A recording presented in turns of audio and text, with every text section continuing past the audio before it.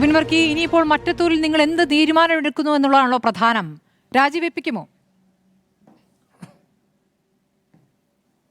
അല്ല, ഞാൻ പറഞ്ഞല്ലോ, മറ്റത്തൂരിലെ പ്രാദേശിക വിഷയം അത് അവിടുത്തെ സംഘടനാ വിഷയം കൂടിയാണ്. അത് KPCC നേതൃത്വം അടക്കം അവിടെ ഇടപെട്ടിട്ടുണ്ട്. ആ വിഷയം പരിഹരിക്കപ്പെടും. അതൊരു പ്രാദേശിക വിഷയമാണ്. അത് പരിഹരിക്കാൻ ആളുകളുമായി സംസാരിക്കുന്നുണ്ട്. മറ്റത്തൂരിലെ കോൺഗ്രസ് പ്രവർത്തകർ ഇന്ന് അത് പറയുകയും ചെയ്തിട്ടുണ്ട്. അത് അവിടെ നിൽക്കട്ടെ. ഇപ്പോൾ അദ്ദേഹം കുമരകം ഒന്ന് പറഞ്ഞുകൊണ്ട് പറയാം. ഈ കേൾക്കുന്ന പ്രേക്ഷകർ തെറ്റിദ്ധരിക്കണ്ടല്ലോ. കുമരകത്തെ പഞ്ചായത്ത് പ്രസിഡന്റ് ഗോപി എന്ന് പറഞ്ഞാൽ CPM-ന്റെ ലോക്കൽ സെക്രട്ടറി ആയിരുന്നു.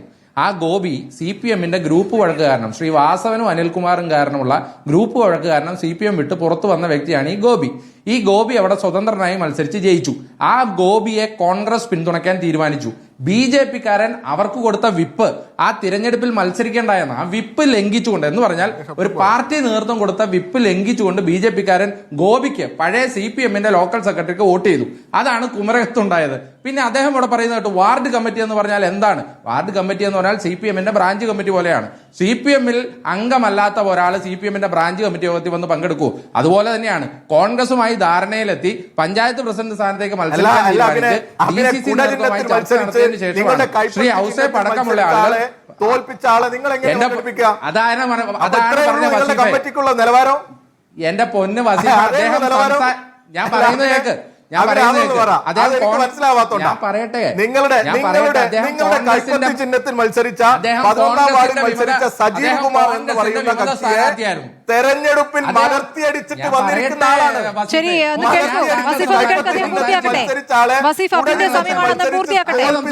വന്നിരിക്കുന്ന ആളെയാണോ വാർഡ് കമ്മിറ്റിയിൽ ഇങ്ങനെ ഈ നിമിഷം കാണിച്ചതാ? ആ ദിവസത്തിന് മുമ്പ് അദ്ദേഹത്തെ പാർട്ടിയിലേക്ക് തിരിച്ചെടുത്തു എന്ന് കാണിക്കുക.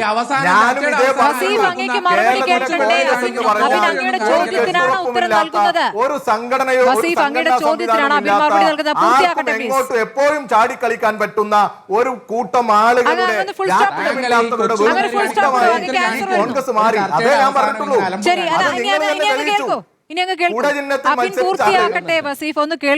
അല്ല, അതാ ഞാൻ പറഞ്ഞത്.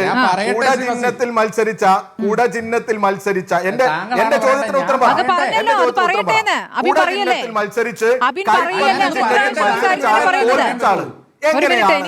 എങ്ങനെയാണ് നിങ്ങളുടെ വാർഡ് കമ്മിറ്റിയിൽ നിങ്ങൾ ഇങ്ങനെ സ്വീകരിക്കുന്നത്? അദ്ദേഹത്തെ ഏതെങ്കിലും ഒരു ഘടകത്തിൽ, ഏതെങ്കിലും ഒരു നിങ്ങളുടെ തിരിച്ചെടുത്തിട്ടുണ്ടോ? ചോദിച്ചു കഴിഞ്ഞല്ലോ താങ്കൾ. അതായത് അദ്ദേഹം കോൺഗ്രസിന്റെ മണ്ഡലം പ്രസിഡന്റ് ആയിരുന്നു. കഴിഞ്ഞ തവണത്തെ പ്രതിപക്ഷ നേതാവായിരുന്നു. അവിടെ ഉണ്ടായ തർക്കം മൂലം അദ്ദേഹം കോൺഗ്രസിന്റെ വിമത സ്ഥാനാർത്ഥിയായിട്ടാണ് മത്സരിച്ചത്. ഈ കക്ഷിനിര വന്നപ്പോ 8 അംഗങ്ങൾ UDF-നും 2 അംഗങ്ങൾ വിമതരും വന്നപ്പോ ഈ വിമതരുമായി കോൺഗ്രസ് നേതൃത്വം സംസാരിച്ചു. അവരോട് കോൺഗ്രസിനൊപ്പം നിൽക്കാൻ പറഞ്ഞു.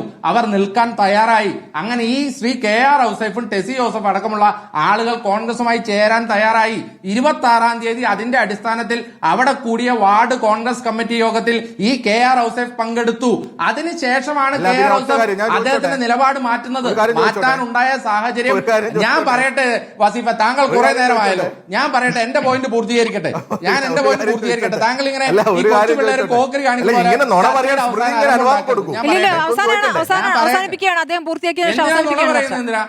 അല്ല, അവസാനം ശരിക്കും എനിക്കല്ലേ തരേണ്ടത്?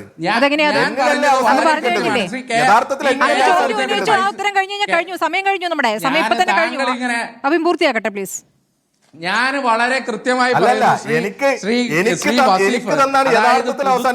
CPM നേതൃത്വം ഇടപെട്ടുകൊണ്ട് ഇദ്ദേഹത്തെ കുതിര കച്ചവടം നടത്തി നിങ്ങൾ കൊണ്ടുപോയി. അതാണ് സംഭവിച്ചത്. അത് അദ്ദേഹം തന്നെ ഇപ്പോ സമ്മതിച്ചു. കാരണം എന്താ, 26-ാം തീയതി കോൺഗ്രസ് യോഗത്തിൽ അദ്ദേഹം തന്നെ പങ്കെടുത്തു. 26-ാം തീയതി കോൺഗ്രസ് യോഗത്തിൽ പങ്കെടുത്തു.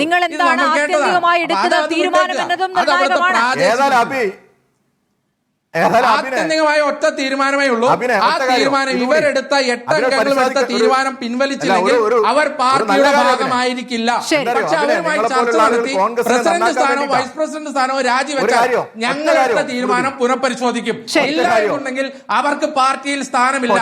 SDPയുമായും BJPയുമായും സഖ്യം ചേരുന്ന ഏത് സ്ഥാനം വാങ്ങിക്കുന്ന ഒരാൾക്കും ഈ പാർട്ടിയിൽ ഒരു സ്ഥാനവും ഉണ്ടാവില്ല. കൃത്യമാണ് നിലപാട്, വ്യക്തമാണ് നിലപാട്, ശക്തമാണ് നിലപാട്. നമ്മുടെ സമയം കഴിഞ്ഞുകൊണ്ടാണ്. വളരെ നന്ദി.